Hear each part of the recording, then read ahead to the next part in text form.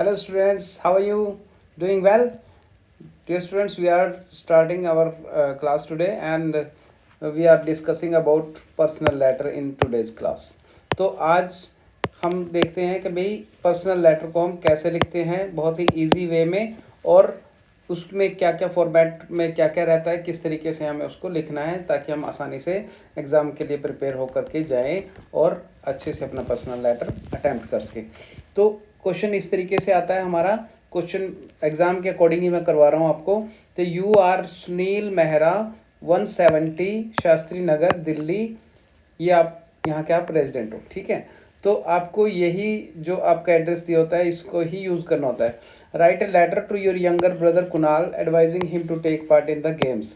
तो आपने अपने यंगर ब्रदर कुणाल को एडवाइज़ करना है कि भी वो टेक पार्ट करे गेम्स में, ठीक है। तो इसको हम कैसे करेंगे स्टार्ट।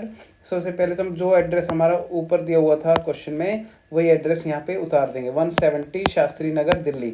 इसको हम 3 लाइनों में हमें इसको लिखेंगे, अलग अलग लाइनों में, 170 सबसे ऊपर, शास्त्री नगर, फिर दिल्ली। इसके बाद हम एक लाइन का गैप दे देंगे यहाँ पे और स्पेस दे करके फिर नेक्स्ट में डेट लिखेंगे। डेट के बाद फिर से हम एक लाइन का स्पेस देंगे। तो नेक्स्ट हमें इसमें सब्जेक्ट नहीं लिखना होता है क्योंकि ये हमारा पर्सनल लेटर है। तो इसमें हम डायरेक्ट अपने ब्रदर को एड्रेस कर रहे हैं। डियर यंगर ब्रदर कुणाल, आई सा योर रिपोर्ट कार्ड यस्टरडे। मैंने कल ही तुम्हारा जो रिपोर्ट कार्ड है वो देखा।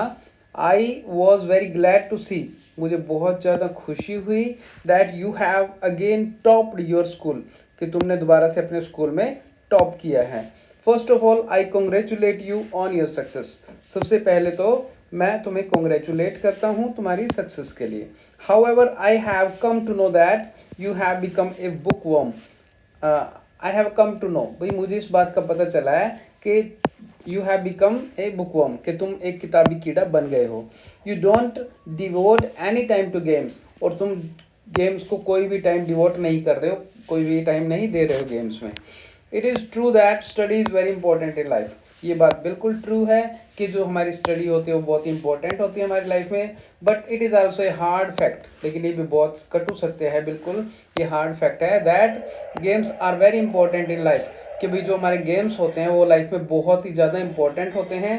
दे गिव अस स्ट्रेंथ, वे हमें स्ट्रेंथ देते हैं, and energy to face the problem of life, और वो हमें अपने जो प्रॉब्लम आती है हमारी लाइफ में उसको फेस करने की एनर्जी और स्ट्रेंथ भी देते हैं, ठीक है। After long hours of study, जब हमें बहुत देर हो जाती है पढ़ते हुए, माइंड गेट्स टायर्ड, तो हमारा जो माइंड होता है वो टायर्ड हो जाता है, थक जाता है। गेम्स रिफ्रेश अवर माइंड, तो गेम्स ही होते हैं जो हमारे माइंड को रिफ्रेश करते हैं।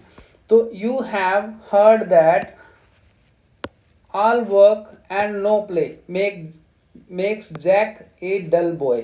तो तुमने ये स्टोरी सुनी होगी कि किस तरीके से सारा दिन काम कर करके और कोई भी गेम नहीं खेलता था जैक, और वो किस तरीके से एक डल बॉय, एक नीरस लड़का बन गया था।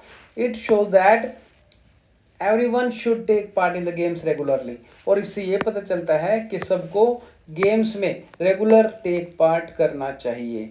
सो you must devote some time to games इधर इन द अर्ली मॉर्निंग और इन द इवनिंग। तो इसीलिए तुम्हें भी टाइम देना चाहिए, किसको, गेम्स को, या तो अर्ली मॉर्निंग दो, इधर का मतलब या तो, ठीक है, या फिर in the evening. I hope you will act upon my advice, और मैं ऐसी आशा करता हूँ कि तुम मेरी एडवाइस पर जो एडवाइस है, जो सलाह है, उस पर काम करोगे। यूअर्स सिंसियरली, तुम्हारा सिंसियर भाई सुनील मेहरा।